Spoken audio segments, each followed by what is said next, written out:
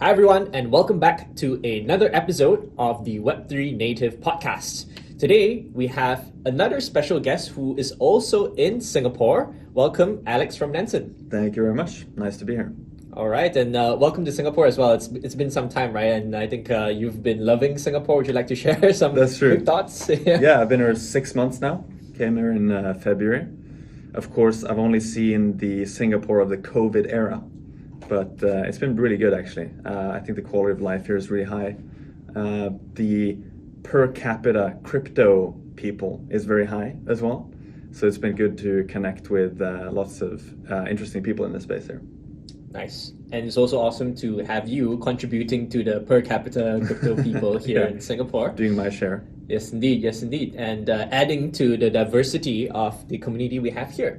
So let's start off with that, right? Like, your story and your journey, because I understand it's an extremely colorful one, from various types of backgrounds and then all the way like down the rabbit hole to crypto. So would you like to just share with our audience? Yeah, so I can perhaps go even further back than I normally do when I talk to people about this stuff. In high school, I started performing arts. So my background there was in music. I played the guitar, and music's always been a passion of mine. So I started out with that in high school. I had to do like physics and maths on the side because that was not a part of the curriculum in my high school. And then, later on found out that I probably wanted to do something a bit more technical or analytical. So I went into a degree in cognitive science to learn about the science of thinking. And so I learned about linguistics, philosophy, computer science, mathematics, psychology, many different areas. And then the thing that I was most fascinated by was artificial intelligence. So I went on to do a degree in that. Later on, this was when machine learning started to become quite popular. We still hadn't reached sort of deep learning and all that stuff, but certainly it was clear that machine learning, had a lot of promise. So from there, I went on to start my own company in Edinburgh in the UK, and then I worked a few years in management consulting after that. Worked in pretty different industries than crypto. So seafood, luxury retail, banking, insurance. Nice. So yeah, a lot of different things. Went on to join a media company where I was a data scientist and data science manager. And then 2017, discovered Ethereum, went all in, quit my job pretty quickly afterwards, and moved to Hong Kong and started working in the crypto space. So yeah, been doing different things in crypto, but 2019 is when I co-founded Nansen. So that's where that chapter begins. Wow. Maybe we should title the podcast episode, from guitar to seafood and then to Nansen, right? It's really random. interesting. Yeah. Yeah, and one thing I loved about space is, like how diverse and potentially kind of random like all these people can come from, right? I think to a certain extent, like entrepreneurs all come from, like we all need a patchwork of skills, right? Do you see that all these dots kind of somehow connect backwards and all of the skills have come into play? I mean, I'm just curious, this for example, your music career help in Nansen and anything in crypto, because the other parts are more obvious, right? I think like AI, and the dealing with data and all that is more obvious. Yeah, I mean, I think sort of eagerness to learn is certainly one of the aspects, and that's maybe why people have quite diverse backgrounds, because many people in crypto are interested in different things. And I also think crypto itself is very multidisciplinary, and so similar to my degree in cognitive science, which touched on many different fields, crypto touches on like finance, economics, but also game theory, social anthropology to some extent, art, obviously now with NFTs and so on. So I think in that sense, that's probably why crypto has a lot of diverse people in it, that it touches on all these different fields. And so like this, I don't know if music education sort of directly helps with Nansen, but in general, having an open mind, being curious, I think, and having like this eagerness to learn has been helpful as an entrepreneur. And we can certainly see that curiosity and hunger kind of built into Nansen, right? Because it's all about satisfying the curiosity of people who want to understand what's happening on the chain. So let's go into a quick intro about Nansen. Of course, many are already familiar, but for those who are not, how would you describe Nansen in like a quick summary, and what can you do on Nansen today? Yeah, so Nansen is basically a blockchain analytics platform. And what we do is we pull out all the data from blockchains, primarily Ethereum, and we enrich that data with wallet labels. And so this enrichment allows you to answer questions that you otherwise would not be able to answer. So for example, what's the smart money doing on the blockchain? Instead of looking at, say, 200 million different addresses, and seeing what sort of all the addresses are doing, you can filter it down to say, hey, what's Alameda doing?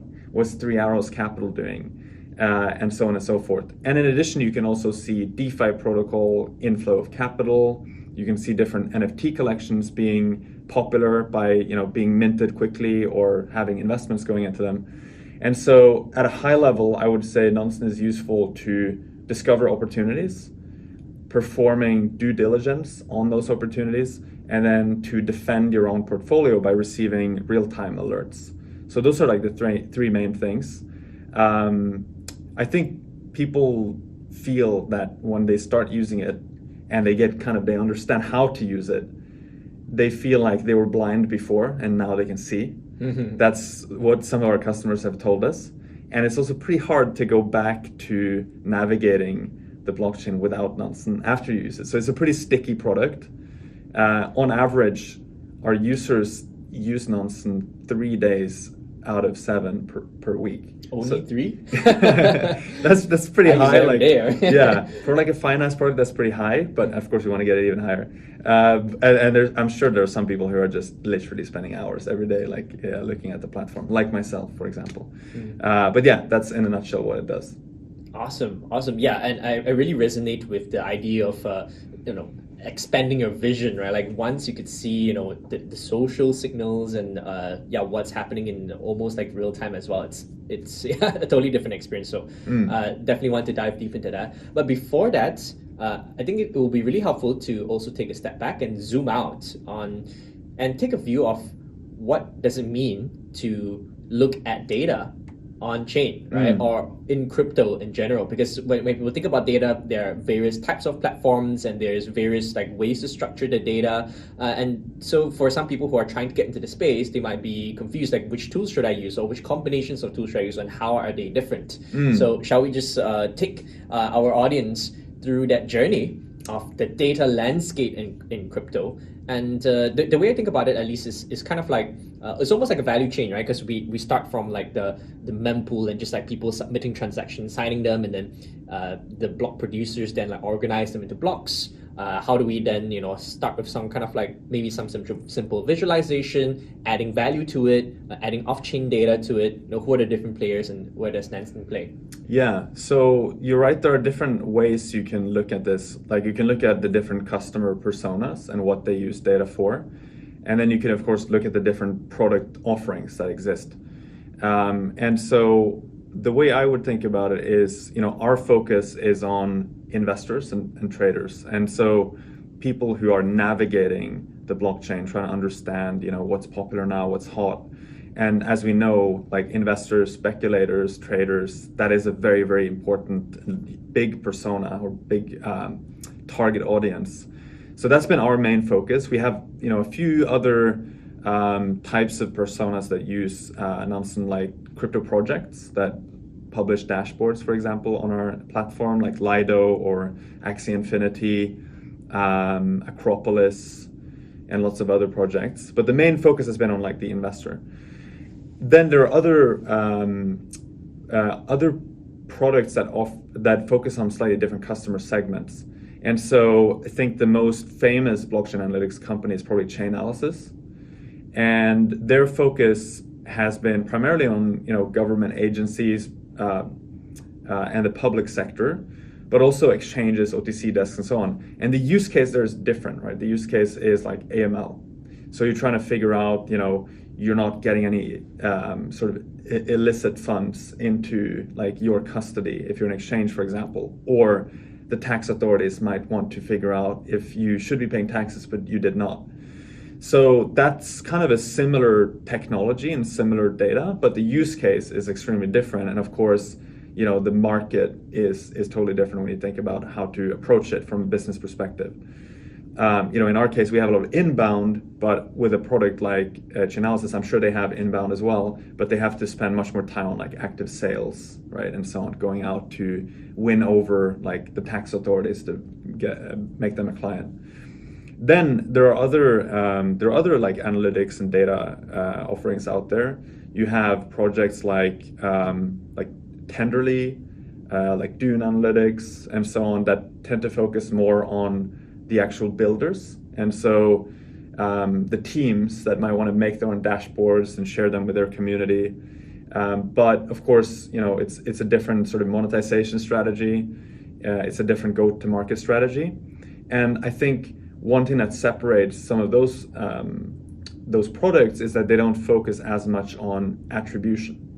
And by attribution, I mean wallet labeling. So the thing that we have in common with, say, Chainalysis is that we label data, right? We label, and that adds like a proprietary level on top of the on-chain data.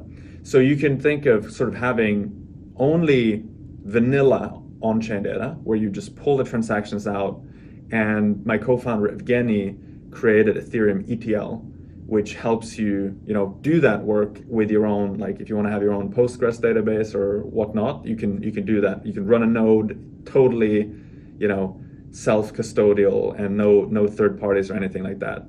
So that's the one part, but the other part is the proprietary data that you get on top of that. And so companies like Dune and others don't really have the proprietary data. They focus more on making the on-chain data accessible so that other people can write queries and so on and so forth. And there's also like the aspect of curation, right? So at Nansen, we focus a lot on surfacing the signal.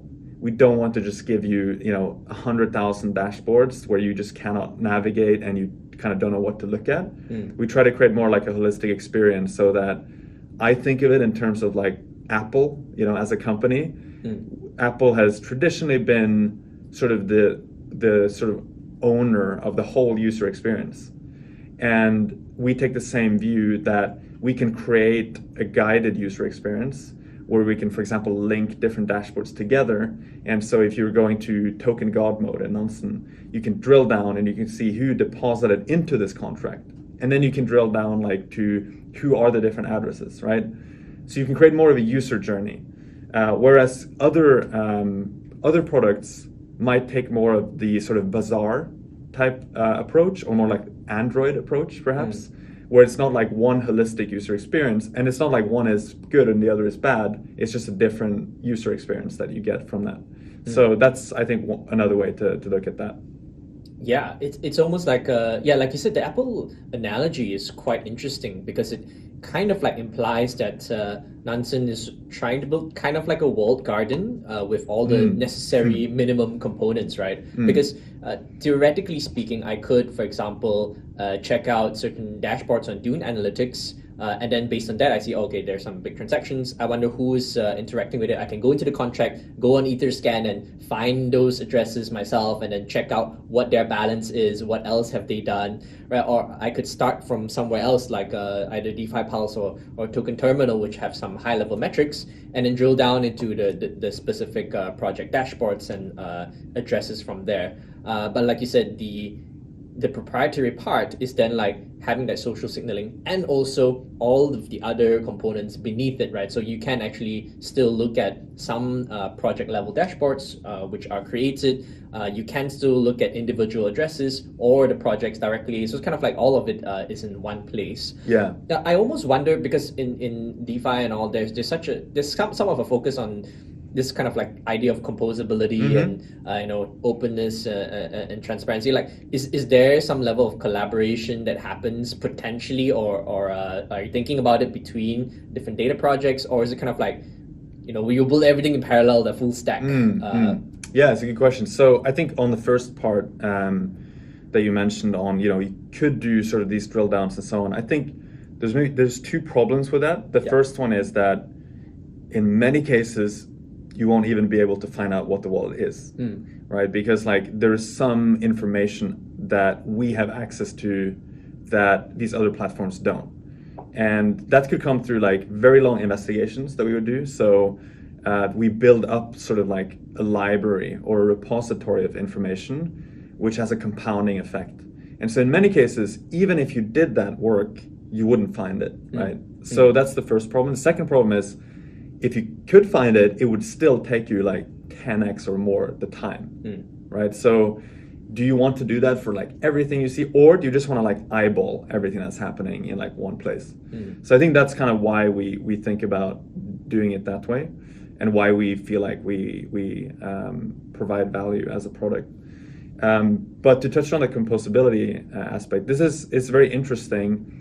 We've taken more of a centralized approach to product development so far, and I'm a big believer in gradual decentralization. I've seen how products sometimes implode if they decentralize too quickly. So that's one aspect why I think I'm happy to be a dictator for a little while. But we are making steps to decentralize a bit further. In fact, I often feel like just the process of hiring people and getting people into the company feels like a decentralization effort in itself, because now there's a lot of features that are shipped that I'm not even aware of, like before they're in production, and that feels like an obvious first step to decentralizing, my own personal contributions, and making them obviously scale better, higher quality, like everything just gets better. But then we also do stuff with people who are outside of the company. So we have a Scouts program where people can basically become part of that program, and they can help us with wallet labeling. And in return, they obviously learn a lot about on-chain analytics through working with us. They get a free VIP Nansen account, and they also get bonus payouts every month in the form of stable coins, because we don't have a token, and so we don't pay out like a Nansen token in bounties like many other projects do. So we just pay them cash instead. So it's like a different model, and that's been growing, and it's been actually really successful so far. So that's one example. Then I think we want to do more decentralization on content creation, and so we want to sort of reward and stimulate the community to create content. That's like another thing that it's not necessarily like building on top of it, but it does definitely create value on top of the stuff that we are building as a product. In terms of, we get a lot of questions about like API, for example. So like, does Nansen have an API? We want to, use your data to do something. And we've been, just speaking openly, like we've been quite cautious with that, because like we do recognize that one of the strategic assets we have is our data.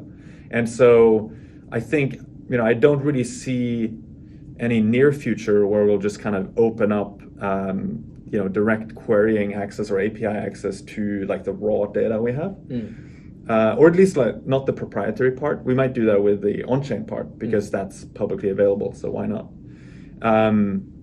But we are actively working on an institutional API. So, that means we'll probably start at the high end with regards to offering the data and allow funds and so on to make use of Nansen data going forward.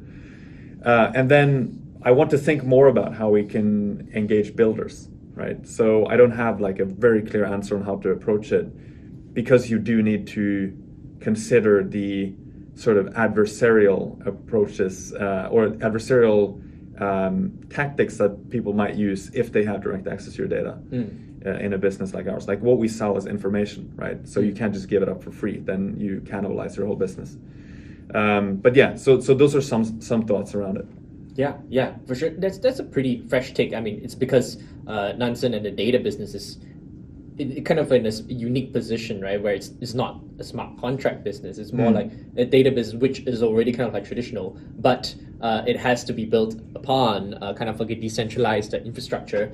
And I think we've been thinking about actually this idea of centralized businesses on decentralized infrastructure a fair bit, right? Because everybody's trying to go for like the DAO, right? The fully decentralized model, making things public infrastructure. But I mean, the end goal that crypto or blockchains can bring is that in the end, you want to still have some level of proprietary stuff, right? Your personal or like your own business, like your own kind of like circle.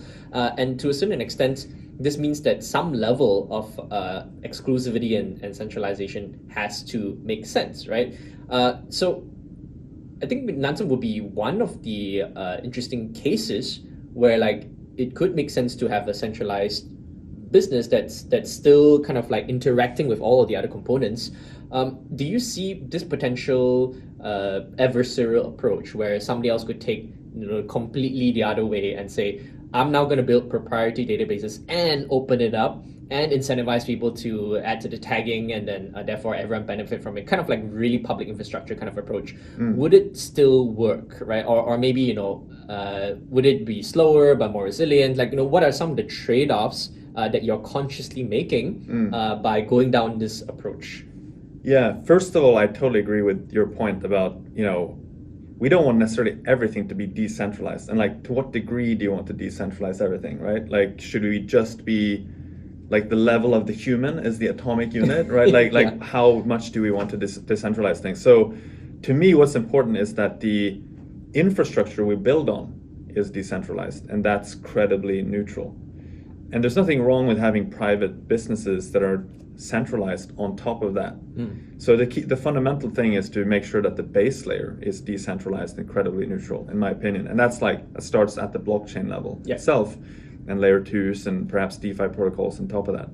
But so yeah, I totally agree with that analysis.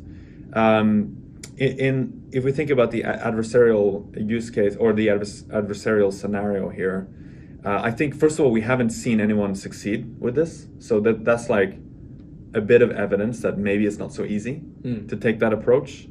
I also think that curation is highly non-trivial to do when you need to have 99.99% accuracy and precision. And so I've seen examples of projects trying to say curate labels, but none of them have really taken off to the extent that Nansen has. So I do think that when it comes to quality, but also speed, at least in the short term, I think the approach we're taking is the best. And I think the fact that we have succeeded so far as a company is evidence of that hypothesis being true. So we can think about how should the sort of taxonomy of wallet labels look like? How should we structure the universe or the ontology of how you label blockchains? And that's something we can do as like a dedicated effort without having, like thousands of DAO members like voting on it and stuff like that to get it through. We can move pretty quickly on that, and with a handful of people who are highly informed about this domain. We can also choose to, through the curation process. I mean, I don't want to use the word censor, but like we have the power to decide like what we want to show in the platform, and so that means we can move quicker. We can make decisions very fast on what to include, what not to include.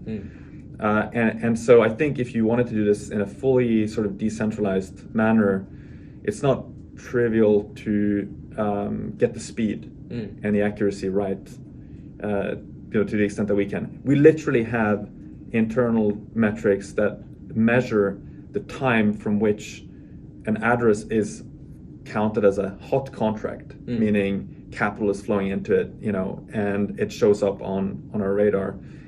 The time between that happening and to us having a label on it. And the label, we distinguish between like entities, which are real world entities, could be projects, could be exchanges, DeFi protocols, venture funds, etc. And just like behavioral labels. So behavioral labels, is a little bit easier to create, but like medium DEX trader and so on. So we monitor this stuff, and I think the quality and speed is, it's hard to get that right in a fully decentralized system. I'm just curious, what's the timing like from Sorry? core contract to labeling? What's the average time right now?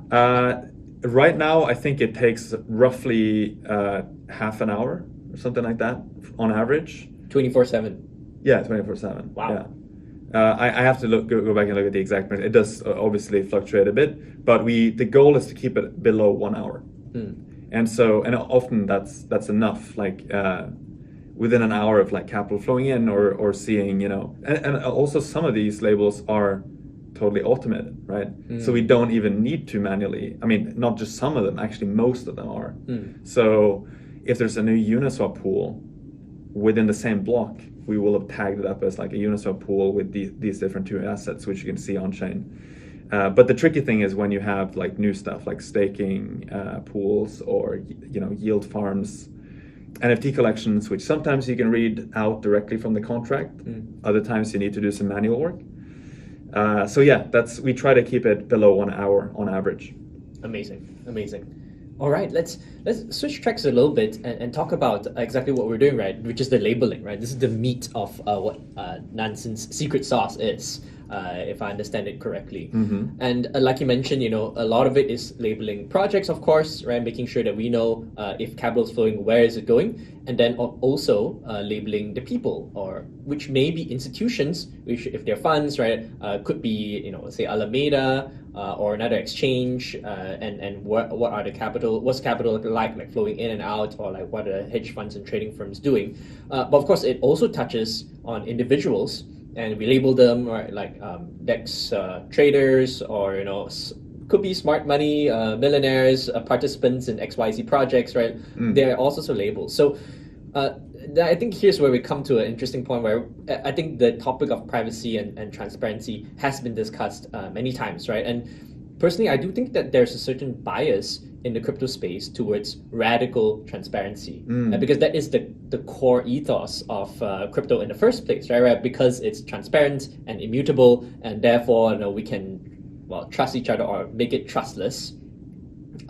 However, this may or may not apply to individuals, right? And it's kind of a gray area, but we still need to draw some lines. And in a way, Nansen is forced to make this decision every single day, every time you decide on which label to tag on or to remove, right? So how are you drawing this line today on a very practical level to protect privacy versus kind of like providing insight? Yeah, I love this question. It's something we think a lot about. So the first distinction you have to draw is between individuals and corporations. Individuals have certain privacy rights, which are stipulated, in regulations and law, and you can't even, if you wanted to sort of try to do something differently, you have to obviously follow those, right? Just beyond like the ethical aspects and so on. So that's a huge distinction. And our primary focus is on anything that is not an individual when it comes to labeling entities. And so that's where we put in, the bulk of our efforts. We don't chase down sort of individuals and their wallets. We have labeled a few individuals under certain circumstances. For example, if someone shares their address and says, hey, I'm a multi-sig signer for this project, I'm a DAO member, or I'm an NFT collector, look at my collection. In those cases, we are happy to label the individuals. And if those individuals came to us and they said, hey, I wanted to remove that label, not only would we happily do that, but we would have to do it because you have a right to be forgotten. So that's kind of on the individual side. Many people think about this, and I think some people actually sort of erroneously believe that we try to somehow chase down individuals and label their wallets, and we actually don't. You don't check their IP address and find their no. real person. That's another good question though. Like, would we use customer data, right, to label addresses? And we would definitely not do that because you're just shooting yourself in the foot. That's just a great way to alienate your customers and like drive them away. So we've had that question come up a few times, like, hey, would you label addresses, our addresses because we looked at them in Wallet Profiler, or even if they've paid us with crypto, like would we use the transaction to label them? And like it just doesn't make any sense for us as a business to do that. Nansen user is not a label. No, no, no, Okay. not at all. I mean, you could sort of imagine that that's like not super invasive. Yeah. We don't do it, but like obviously when we have customer data that's personal, like an email or like even credit card information in some cases, right? Which if they've paid with credit card and then crypto, Yeah. obviously we would never use that for any labeling purposes. It's just, first of all, it's like highly unethical, and it just doesn't make any sense for us as a business. Okay. But the focus is on like, you know, hedge funds, VC firms, Yep. market makers, exchanges, OTC desks, DeFi protocols, all that stuff. And there, frankly, if someone comes to us and they're like, hey, can you remove this label? In those cases, we are not really obliged to, you know, in the same way as like a journalist writes a piece about a company, which is critical. If the company goes to the journalist and says, hey, can you take down an article? What are they going to respond? Right? You're not going to take that down. So that's just freedom of speech and transparency. And like we don't feel any sort of regret or remorse about labeling funds or corporations because they don't have the same privacy rights as individuals. I see. So kind of, if I hear correctly, we're kind of minimizing the personal data unless it's publicly available, but maximizing all of the insight and labels, especially regarding institutions, be it like VC firms, hedge funds, exchanges, and so on.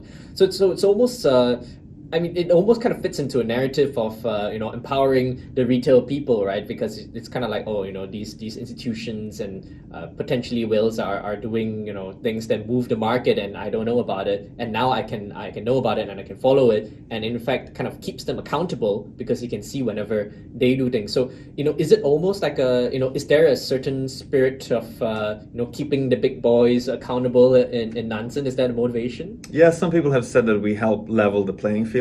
Yeah. And I think there's some truth to that. Of course, again, transparently, our product is not accessible to everyone in crypto, right? Like it's not a free product. I mean, it's accessible in theory, but it's not a good idea to buy an Nansen subscription if you have $1,000 in crypto. Like that just doesn't make any sense, economically speaking. But, I would say at least 85% of our customers are individuals. And many of these, I think all of these, users have never had access to analytics like this before. On high quality on-chain analytics used to be reserved for only government agencies, tax authorities, and the biggest exchanges paying like hundreds of thousands or millions of dollars a year to get access to it. So I do think that there's some degree of leveling the playing field here. I also feel like it's totally okay to shine a light on the most powerful entities in the world. And so in that sense, I do consider it a form of journalism. And I've often people sometimes, going back to your question about like data, the data landscape, another product that often gets mentioned is like Etherscan, right? And like how is Nansen different from Etherscan? First of all, I use Etherscan every day, like everyone else. I love it. And Matt, the CEO, is a great guy, and he's built an amazing company. I think of Etherscan as the encyclopedia, and Nansen is the newspaper. And so they're like, you don't exchange one for the other. Like you want both. And so what we do is to surface a signal, right? We highlight the stuff that you should know about, but you still want to use Etherscan to look up things and as a reference and to be that kind of objective voice. And at Nansen, we can allow ourselves to be a bit more subjective and have a bit more curation. So that's how I think about it. It is funny because like compared to Etherscan, we seem like a premium or expensive product, right? I mean, the Etherscan is free, but compared to like the on-chain analytics companies that have traditionally been operating in the space, were extremely cheap. So, it depends how you look at it, but I do think there's some degree of leveling the playing field, That's very interesting. And I think for the individuals, then the story is quite clear. Now, for institutions, so, for the firms out there, the OTC firms, trading firms, and VC firms, what does this mean, right? What is the implication of a player like Nansen existing to players, including Long Hash, right, Leo? does this mean that in crypto, it's kind of like VC firms and OTC firms and trading firms need to expect that there's no longer any privacy to be had in the space. Everything we do can and should be made public, so that it's almost like public disclosure. It doesn't matter how big you are, it doesn't matter whatever motivations, be it fiduciary duty, just like regular processes, or like it's an actual trade that you're making. All of that can and should be made public. Yeah, I think the short answer is yes. The more nuanced answer is, I think the best firms in the industry have accepted this and they are fine with it. If you look at Three Arrows, if you look at Alameda, many of these, the greatest trading desks, market makers, Wintermute, like a lot of these are happy to stay relatively public with their on-chain activity. Of course, it doesn't mean that they don't do anything privately as well, right? And they kind of go under the radar to some extent. But I think they're actually happy to be relatively public about it. In some cases, and I've spoken to them, to some of these guys about it, and they just think of it as like part of the game. It just makes the game theory more interesting, And I think the other aspect is VC firms have always been very open about their investments, right? And like you have CB Insights, Pitch Deck, Crunchbase, and so on, that in a way are like almost like an analog analog version of Nansen, right? Like Nansen is like real time, and these guys have to sort of chase up and find the deals and read all that stuff. So there's always been some degree of transparency around this, and many companies, of course, have the shareholders public, right, in private companies as well. So it's in one way it's just kind of like added transparency to the private sector and added transparency to the whole investment process. And so I think I'm obviously biased, right, but like I think the way to approach it is to accept that this is actually a different game, and you should embrace it and get in front of it. And I think any VC firm in crypto should at least have some of their portion open. Like some of their portfolio open, some portion of their portfolio open. And I think we will see that more and more.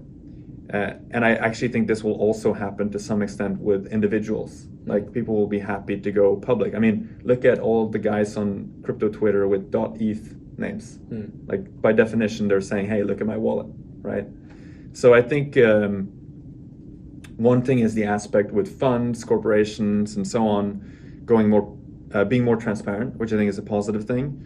And then the other thing, going back to individuals, is that I think there's also a paradigm shift happening where we're becoming more public about our sort of ownership of certain assets, in particular digital assets. And like NFTs, right? I was just gonna say, like that's like a perfect segue into NFTs. Yeah.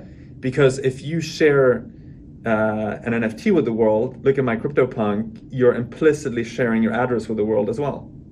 And so there's really no way you can show off these NFTs, which is like half the point of getting them, without also revealing your address. And so I think the whole sort of, there's kind of a paradigm shift going on right now where people are becoming more open about ownership of assets. And on that front, you have to also acknowledge that there are massive cultural differences on how public you want to be about owning stuff and your net worth, right? Like I come from a country, Norway, which when I grew up, like once a year, we could open the newspaper and read how much money all of our parents made, like literally in the newspaper. Wow. How much taxes they paid, what their wealth was that's reported to the tax authorities, and like how much tax they paid. Literally, like, here's like what your dad makes, and here's what my mother makes, and all that stuff. Yeah, I mean, it could be tax planning and all, right? I mean, offset. That's right. Yeah, but that's the kind of stuff it's sort of intended to show, right? So that, hey, your neighbor's really rich, or like you have like a massive house, Oh, they pay yeah, zero yeah. taxes. That's kind of weird, and like that's not cool. So why not just make that public to the world? But that's like pretty radical idea in many countries. Now they've actually changed it because obviously first of all it's digital, but they've also changed it in a very interesting way where when you look up someone, the person you look up will be notified that you looked them up. So it's transparency both ways. So it's also like an Nice. access audit log, right? But in any case, my point is that people come from different cultures where you view transparency and privacy, in different ways. And, if we can do that stuff in Norway, like why couldn't you have like quite radical transparency in the blockchain space? I think that's totally something that we could see, especially with social media warming us up to becoming more public, and sharing more information about ourselves online with practically anyone. So I think that's like a big trend, and my prediction would be that people will be much more comfortable being open about what digital assets they own in the next few years.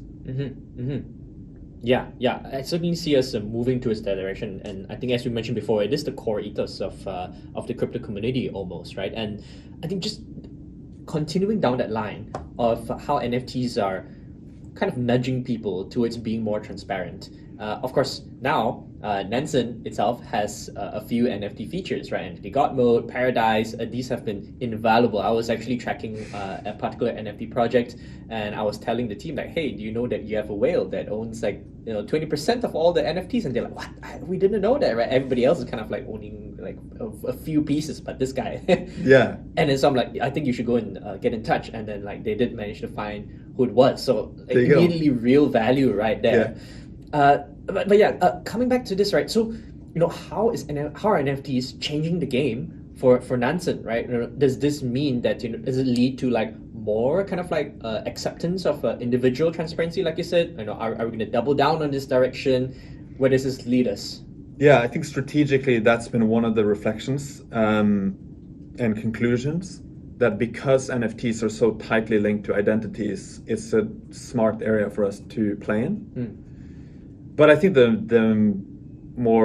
bigger reason for us getting more into NFTs is simply that they are revolutionary and have gained a lot of popularity. And so, like we really believe that NFTs will be a big part of bringing crypto to the mainstream. And clearly, there's been tons of enthusiasm around like NFT collections and digital art and NFT collectives or DAOs and so on and so forth. So first of all, we just want to support that development, right? Like giving people great tools so that they can navigate the NFT market better. But yeah, I mean, from a data perspective and so on, it is, I think, strategically wise for us to play in that space. And yeah, so that's been the reflection. It's like an area where we can create value, but it's also one where we can see growth on our platform. I think one interesting thing is that many people are exclusively interested in NFTs. Yeah. And so they don't care about DeFi, they don't care about leverage trading. They just want to trade NFT collections. And perhaps they come from sort of the gaming world, or they come from collectibles and or even like watch collections or luxury goods, or like whatever it is. There's a lot of people who are interested in collecting stuff and sort of speculating on these different items, in addition to just being like engaged in the communities around these collections and so on. So for us, that's kind of interesting because it means we get more users, right? Like it's kind of like you had one pool of users and now you can sort of add on another pool. You're not just building new features for the same customer base, you're actually adding on another segment. And I think NFTs will be probably a lot bigger than DeFi if you think about the number of people that care about it, because it touches on areas that people really care about, like art, entertainment, music, gaming, people don't talk about finance at home, right? Like people don't care about finance. That's boring. Like who wants to talk about that? But everyone talks about these other things, right? Cultural things, and NFTs are much more aligned with that. So I think that's going to be a huge area of growth for crypto and also for Nansen as a company. It's also been interesting to see sort of like higher end market participants become interested in NFTs, and more funds are now acquiring NFTs. They are investing in NFT infrastructure. So yeah, I think the future looks really bright for NFTs. Sounds like it is not just kind of like following the market, but it's actually a strategic priority for Nansen to tap into and double down on. The cool thing about where we are right now is that a year ago we were sort of like riding the wave. Yeah. Now I feel like we are also shaping the wave. Yeah. Right? Like we don't want to control the direction of the whole space, but I think we can actually help ensure that NFTs become a success. For example, we can't do it alone, obviously, and we don't think that highly of ourselves, but we can certainly make some small nudge. And I do think that some people feel like with our tools, they are better equipped. I think many people feel that way. They're better equipped to invest more into NFTs. And so in that sense, we are supporting the whole NFT sector. And you're right, it's not just kind of like following sort of the trend. We would love to be a part of actually shaping the whole space and making sure that it grows. Yeah, actually, the point around feeling comfortable is quite important, right? Because the concentration, or like maybe there's some fake bits and it just goes back and forth between two addresses, right? You can kind of like see all these things, and I love to kind of touch on what you just mentioned about shaping the trend as well, where in a way, whatever you label, whatever you feature first, and advertising space on Nansen could be really valuable, right? Like which contracts you want to push forward or which notifications you want to push forward. So, what does the future hold for Nansen, right? Are in a way, as a data provider, it works and it's extremely valuable to be incredibly neutral from a curation standpoint as well. But it could also be really profitable to, for example, take a certain stance or like have a certain fund or be affiliated with a certain fund and provide insights for that. Where are we going from here? Are we just focusing on being neutral and providing as much data and onboarding as many users as possible, or will you somehow start capturing value in by being a participant as well, or influencing some participants? Great question. I don't think. I mean, I can say right away we're not going to do advertising. We don't need to. If you just think about the media industry. There's obviously two main ways to monetize. One is advertising, the other one is subscriptions. And in some ways, we're a media company, and we've chosen to focus on subscriptions. I've worked in the media industry myself, and I think it's a better long-term business model. It allows you to focus more on quality. That's at least my view. So we're not going to do advertising. Can we stay credibly neutral? That is certainly the ambition. And, we've been approached by funds that want to do joint ventures with us, right? Because we have obviously talent and data that they could benefit from. We haven't gone down that direction yet, partially because it potentially introduces conflict of interest. So, that is one challenge, is something to consider there. I did mention before that I think Nansen is kind of like a newspaper. And so to what extent can newspapers stay totally neutral? It is pretty hard when you do curation to stay totally neutral. Yeah. So I think the honest answer is we will probably never be 100% neutral because there is curation. Yeah. And so that's the same with kind of any social media platform as well. It's silly to claim that Twitter or Facebook is 100% neutral. You just can't be 100% neutral as long as there's any form of curation going on, whether it's algorithmic or editorial.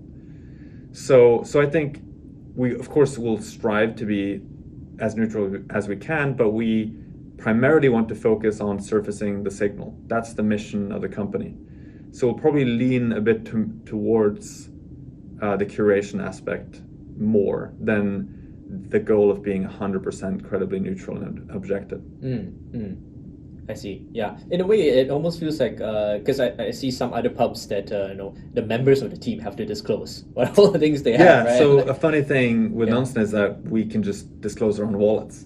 And people can see what we do. So I have my own wallet disclosed. I mean, I obviously have several wallets, right? Everyone in crypto does, but the main holdings I hold are disclosed on Nonsen. So, if people feel like I'm sort of shilling bags that that in some kind of hidden way, I mean, just like look at my address in Nonsen and you will see my holdings, like NFTs, the main tokens I own, and so on and so forth. So, and I want to do more of that as I go forward, and I can't force other team members to do it in Nonsen. Maybe we could do some kind of disclosure type thing, but people at Nonsen are pretty degen, right? So it would have to be a real-time tracker, and the best real-time tracker is Nonsen. So, like, I think to the extent that we can, I'd love for the team members to actually disclose their holdings and kind of lead by example in being open. But of course, I can't force them. Yeah, actually, just taking a little thought experiment on the side, right? Because when you start to disclose and shape the market and things like that, and this is not only for Nansen, right? It's also like the funds and VC firms whose holdings are open. Like you said, there's some sort of game theory, right? You could be playing some sort of psyops and all that. Is that how is that being handled at all, or is it just like it's part of the game? So Nansen has to catch up. The funds will find new ways to do private transactions, and it kind of like evolves from there. There's at least two different classes of psyops here. Yeah. One is sort of misleading with your own wallets, meaning we know fund X owns this wallet, and then they do something like they maybe do some kind of hedged trade where on chain you can see them going long or short, but then they're just hedging it on centralized exchange and they're trying to get some kind of advantage or something. Yeah. That's like one play. And the other play is, psyops in the form of the labeling itself. So they try to sort of mislead the labelers, right? So maybe they sort of figure out some of the tricks we use to work out that this wallet belongs to fund X. And then they try to do some stuff that makes it look like this address belongs to them, or it does not belong to them, but in reality it's the opposite. I think that second part, like, that's hard for them because like they don't know how we do it. They might try to reverse engineer it, but like, is that what you want to spend time on as a fund? Like you would probably have to dedicate a team that's the same size as us, and we're like 30 plus people at this point, to really try to solve that, right? So that's, I think you can try it, but I think you're not going to succeed. On the other side, like the other case I mentioned, that's something that I think is a sort of fundamental problem with only looking at on-chain data. That's just how it is. Like we can't track what's going on a centralized exchange, so you can always end up like hedging certain things and whatnot. And we only, of course, claim to show what's going on on chain. I think we should probably educate users a bit better on this so they don't jump to conclusions, which I've seen has happened a few times on Twitter, which is understandable. But it is important to keep in mind that just because you see something on chain, you can't always jump to the conclusion that they're dumping their tokens, or they're going mega long on this token and so on and so forth. You have to think of it as like data or evidence, but you need to look at it from different angles to draw conclusions in some cases.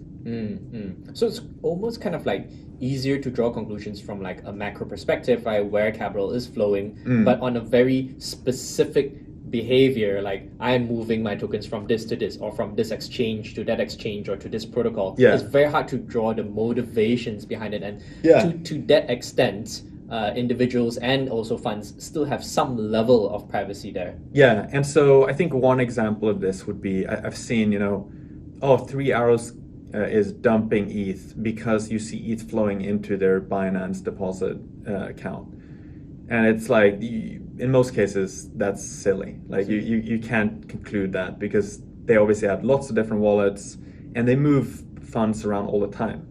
So it's you just can't conclude that they're dumping Ether from seeing that, unless there was something where they had some kind of cold storage, and you see a massive amount and it goes all into like Huobi or Binance or FTX or whatever, and then like the price immediately dumps afterwards. Like maybe you could say, okay, there's perhaps some evidence for it, but just jumping to those conclusions alone, I don't think that's the right way to do. I understand it's a good way to get retweets and likes on Twitter and engagement, but you have to be a bit cautious in jumping to those conclusions. Indeed. All right, that's a nice, interesting kind of like side story. But I really want to come back to back to the future of Nansen and where we're talking about shaping and where we're going in the future. I understand you have some thoughts around very exciting features that Nansen could become, right? And we kind of touched on a little bit here and there. We talked about like individuals and NFTs and like showing more personal data. And I think you've mentioned a little bit here and there publicly as well about like some social functions that can emerge, and maybe even like going to like settlement, for example. Where because it's so easily integrated, it can become the one-stop shop in a way. So would you like to just share that kind of vision, and has there been any further clarity since then? Definitely. So there are a few different angles to take here. I'd say one angle is the analogy that is often made between Nansen and Bloomberg. So some people say that Nansen has kind of a similar role as Bloomberg, the Bloomberg terminal. And when people think of Bloomberg, some people think that's an analytics provider or information provider. Other people who've used Bloomberg a lot think of it as a social network with Instant Bloomberg, where you can message different people. You can share information with, say, clients, counterparties, and so on, and colleagues. But you can also do OTC trades. And it seems interesting to me that, if you use Nansen and you can see, hey, there's a token that I want to buy, right? Maybe you're a big fund and you say, there's a token that has a market cap of 50 mil.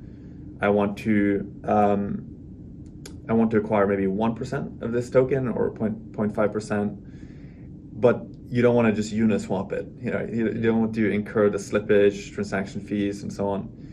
So what you could do instead is to try to figure out, who's selling this, like who's first of all, who's holding this token, who actually owns it, and who's likely to sell it. You should have a way to contact the owner of the address, I think, right? And so this is where it gets interesting, because Bloomberg, has sort of like that network, but with the blockchain, you have like all the information about the kind of like the cap table, like real-time cap table of these tokens. And it's not actually that hard to technically create a solution where you could message, another address.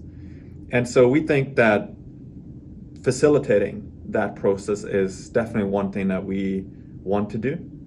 And the exciting thing about it is, because it's blockchain, we can hook into, the back end of DeFi protocols, DEXs, and so on, where you can imagine the settlement actually happening, within our user interface and within the user experience, which makes it different from Bloomberg, because on Bloomberg you have to go, to your settlement people on both sides.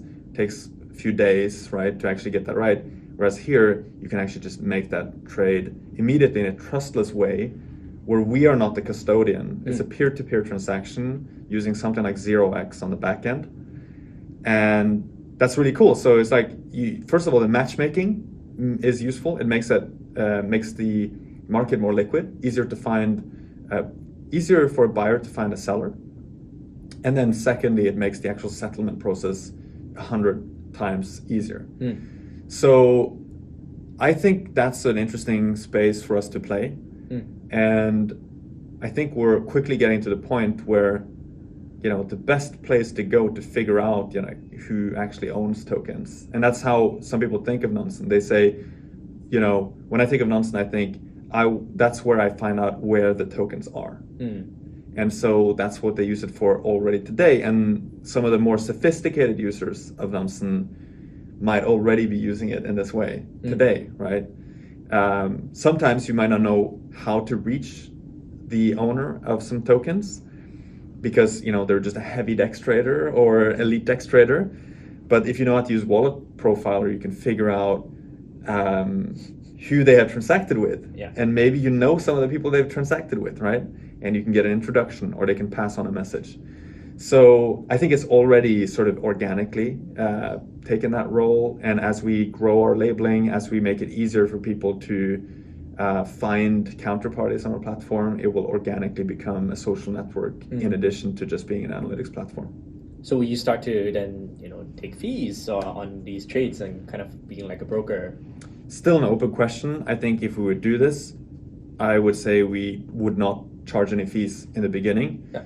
First of all, because it bootstraps liquidity better, there's no that sort of rent extraction from it. But I think also that's a good way to get OTC desks on board. So it's not perceived as competing with OTC desks. Rather, it's something that makes the life of an OTC desk easier without us actually taking any fees. And we already have a business model with subscriptions. So I don't think we necessarily have to take any fees at all. But yeah, there's a lot of you have to consider the regulatory aspects of this, like what licenses you need and so on and so forth. And obviously we want to operate in a compliant manner. Yeah. So, this won't be rolled out tomorrow, but these are some of the ideas we have around that.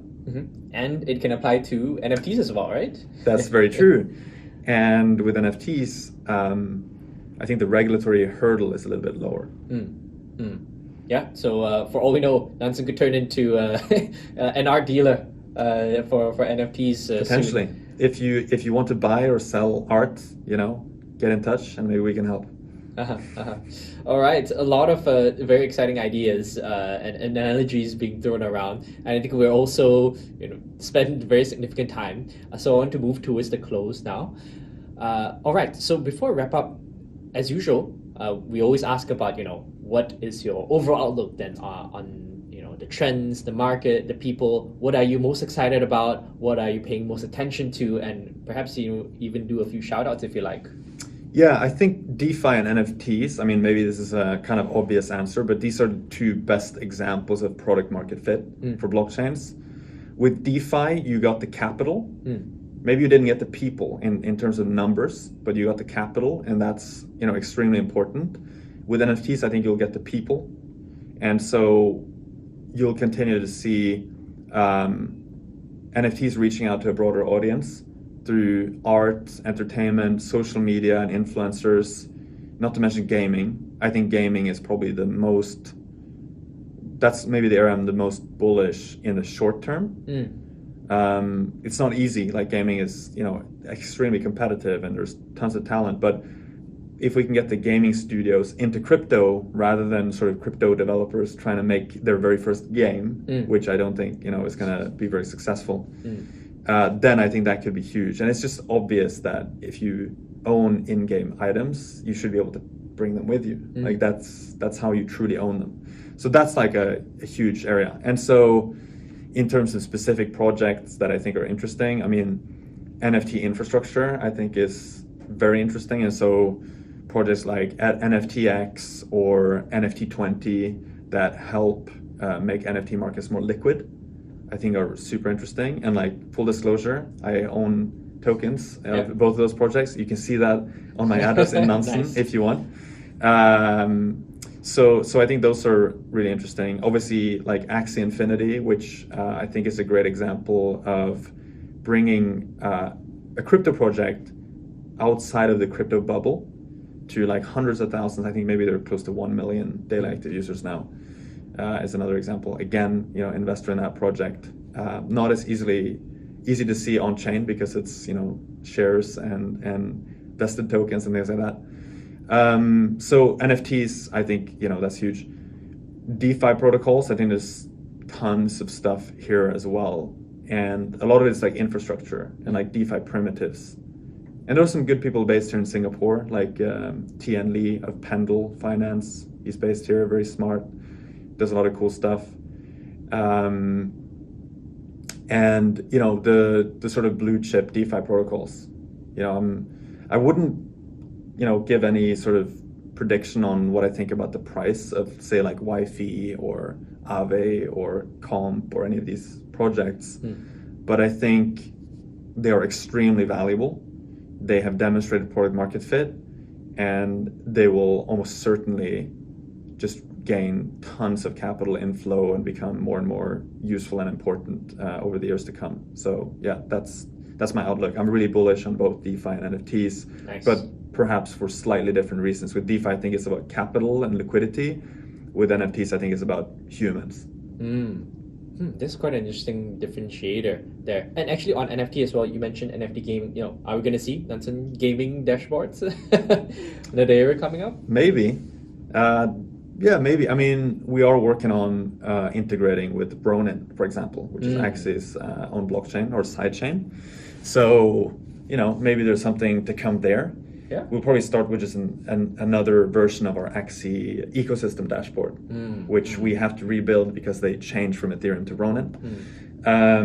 But yeah, maybe we'll make stuff around that as well. I think, with NFTs, I think people understood that, the analogy again to Bloomberg, like Nansen is kind of like a Bloomberg for digital assets, and by digital assets, that's like a really broad category, right? So it includes NFTs, DeFi, tokens, and maybe eventually also GameFi or PlayFi or whatever you want to call that sector. All right.